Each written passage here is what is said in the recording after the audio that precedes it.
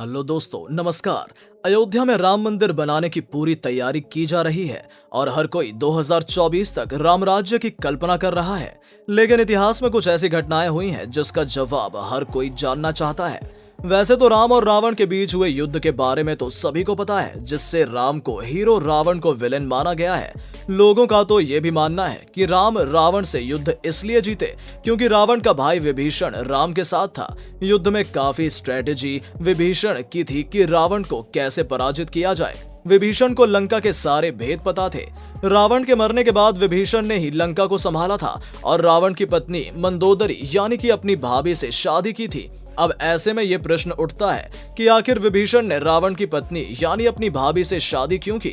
आइए जानते हैं इस वीडियो में। लेकिन इससे पहले यदि आप हमारे चैनल पर नए हैं तो चैनल को सब्सक्राइब करके बेल आइकन दबा लें ताकि आपको हर नई लेटेस्ट वीडियो की नोटिफिकेशन मिलती रहे।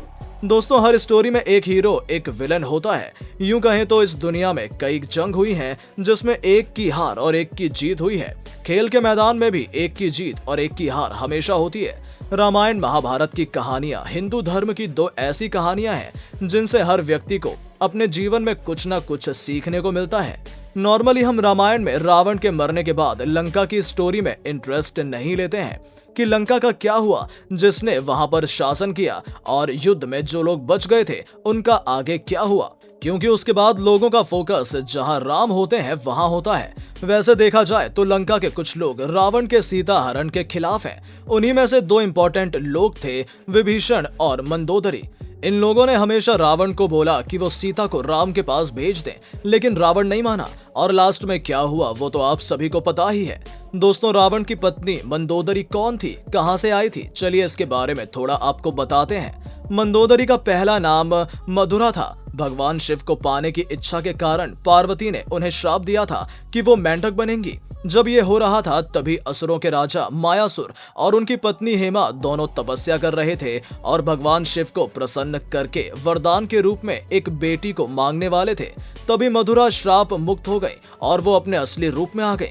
उसने अपनी मदद के लिए चिल्लाना शुरू कर दिया। तभी तपस्या कर रहे राजा मायासुर और उनकी पत्नी हेमा ने मधुरा की आवाज को सुनकर उसके पास गए। जब मधुरा ने उनको अपनी कहानी बताई तो उसने मधुरा को अपनी बेटी के रूप में एक्सेप्ट कर लिया और उसका नाम मधुरा से बदलकर मंदोदरी कर दिया। अब मंदोदरी अपने महलों वाले जीवन में काफी खुश थी। इसी बीच उसकी लाइफ में रावण की एंट्री हुई, जो मायासुर का करीबी दोस्त था। दोनों असुरों के राजा थे। इसी बीच रावण ने जब मंदोदरी को महल में देखा तो उसके प्यार में पड़ गया और उसने मंदोदरी से शादी करने की बात उसके पिता मायासुर को बताई। लेकिन मायासुर के मना करने के बाद रावण ने मंदोदरी का हरण कर लिया। मंदोदरी ये जानती थी कि उसके पिता से ज्यादा रावण शक्तिशाली है और उसके पिता को रावण मार देगा, इसलिए उसने डर की वजह से रावण के साथ शादी कर ली। मंदोदरी और रावण की दो बेटे हुए, मेघनाद और अक्षय कुमार। वैसे मंदोदरी की विशेषता के बारे में बात करें तो मंदोदरी काफी खूबसूरत थी। उसमें रानियों वाली सारी खूबियां थी। वो रावण को हमेशा गलत कामों के लिए रोकती थी।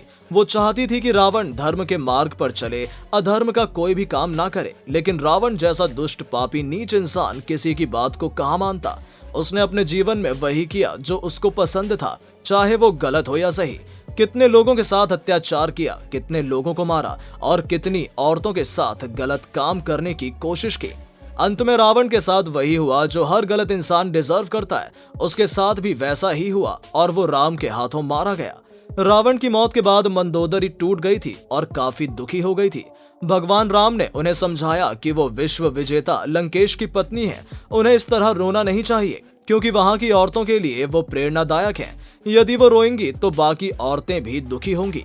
मंदोदरी रावण के दुख से समझाने के बाद अब धीरे धीरे निकलने लगी थी और वो अपना ध्यान दूसरी चीजों में लगाने लगी थी। तभी एक दिन भगवान राम ने मंदोदरी को एक सुझाव दिया, जिसे सुनकर मंदोदरी गुस्से में आ गई। बात यूं हुई कि राम मंदोदरी को काफी मानते थे। वो चाहते थे कि मंदोदरी अच्छे से जीवन जिए। राम ने मंदोदरी को कहा कि लंका के लोगों के लिए और उनके अच्छे भविष्य के लिए वो विभीषण से शादी कर ले। राम की ये बात सुनकर मंदोदरी काफी गुस्से में आ गई थी और उसने गुस्से में खुद को महल के अंदर बंद कर लिया था और काफी दिनों तक महल के अंदर ही रही। राम ने ये बात विभीषण से कही, लेकिन विभीषण भी नहीं माने। राम ने उसे समझाया कि लंका की भलाई के लिए उसे ऐसा करना चाहिए। राम ने दोनों को यह बात समझाई। फिर मंदोदरी को महसूस हुआ कि जनता की भलाई के लिए और धार्मिक और तार्किक तौर पर यह गलत नहीं है, क्योंकि उस टाइम ये प्रथा भी थी और विभीषण की भी कई शादियां हो चुकी थी। इसलिए वो नहीं चाहते थे कि ऐसा कुछ हो कि उन्हें मंदोदरी से शादी करनी पड़े। फिर भी राम के समझाने पर वो मान गए और दोनों की शादी हो गई।